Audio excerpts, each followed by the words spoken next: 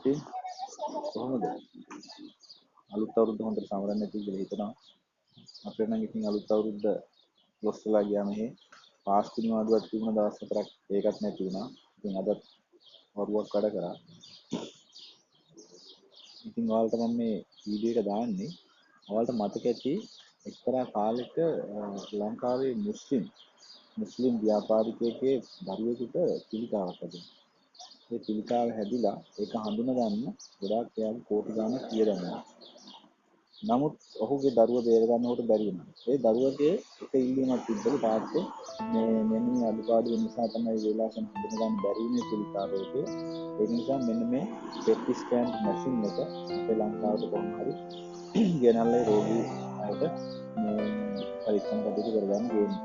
ඉතින් දරුවා මිය ගියත් ඔහු ඒකට සංවිධානයක් හදලා ඒකෙන් මුදල් එකතු කරලා ඔහු ඒ මැෂින් එක ලංකාවට ගෙනාවා. ඉතින් මම කියන්න අදහස් කරේ අපේ රටේ පාලකයෝ අවුරුදු 70 ගානක් මේ රටේ මහා භාණ්ඩාගාරයට ආපු අහිංසක මිනිස්සුන්ගේ රුපියල 7 ගෙවපු බදු මුදල් පහුගිය කාලේ අනාවරණය වුණා කොහොමද හොරා කෑවේ කියලා. ඒක සාමාන්‍යයෙන් ලක්ෂ 100 ගණන් තමයි අරන් තියෙන්නේ. සාමාන්‍ය ගණනක් නෙමෙයි. සාමාන්‍යයෙන් ලක්ෂ 150 ලක්ෂ 200 ඒ වගේ ගණන් තමයි අරන් තිබ්බේ. ජනාධිපති අරමුදලින් එක රෝහල් වලින් බෙහෙත් කරන්නේ සිංගප්පූරු වලින් රෝහලින් ප්‍රතිකාර ලබා ගන්න. ඒ වගේම තමයි අර අරගල කාලේ විශ්ව නැති දේවල් වලටත් වන්දි ලබා ගත්තා. ඒකත් ලක්ෂ 100 ගණන් වගේ. ඉතින් සාමාන්‍යයෙන් මේ PET scan මැෂින් එක කෝටි 1 ගානක් තමයි එකක් තිබුණාවේ ලක්ෂ 200 ගානකට. ඉතින් ලංකාවට ලෝකේ තියෙන සුපිරිම මේ මැෂින් අවශ්‍ය වෙන්න පුළුවන් මේ සල්ලි වලින්. දැන් දැනටත් අපේ ජනාධිපතිවරයාගේ මව රෝහලේ අනුරාධපුර රෝහලෙන් ප්‍රතිකාර ගත්තා. ඉතින් ජනාධිපතිට තේරෙන කියලා මම හිතනවා ලංකාවේ මොනතරම් සෞඛ්‍ය ක්ෂේත්‍රයේ අඩුපාඩු තියෙනවද කියලා. සාමාන්‍යයෙන් හොද්ද සැත්තමක් කරන්න ආව මාස ගාණක් අපේ රටේ ආවා.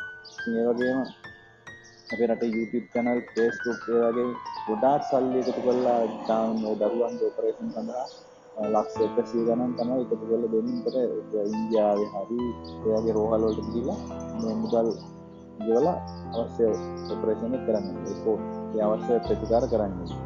ඉතින් දැන් ඒ කට්ටියට උනත් පුළුවන් ලංකාවේ දැන් ඔය කියන නැති නැහැ කියන ඒ මැෂින් ගේන්න.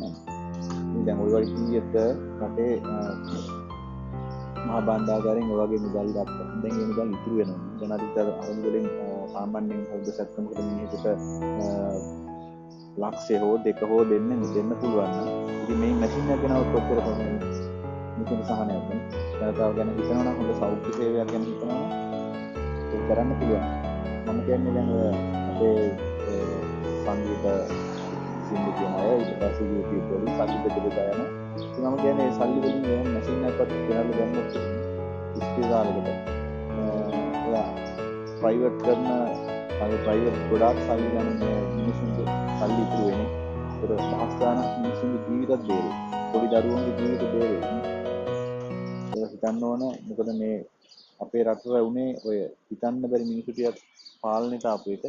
ඉතින් දැම්මත් ඉතින් ආපු පාලකයෝවත් ඔය දැන් නමින්ද ජයතිස්ස වගේ වෛද්‍යවරු විදියට ඉන්න කට්ටියට දැන් මේවා කරන්න පුළුවන්. ඉතින් මම මේක පිනකටත් ඔයාලට මේක ෂෙයා කරන්න. ඉතින් මේ වගේ අදහස් ඔයාලා අතර බෙදා ගන්න. ඒතර මේවා දවසක ඉෂ්ට වේවි. අපි කියන දේවල් ඉෂ්ට වෙනවා අනිවාර්යෙන්ම. ඉතින් තව දවසක වීඩියෝ එක හම්බෙමු.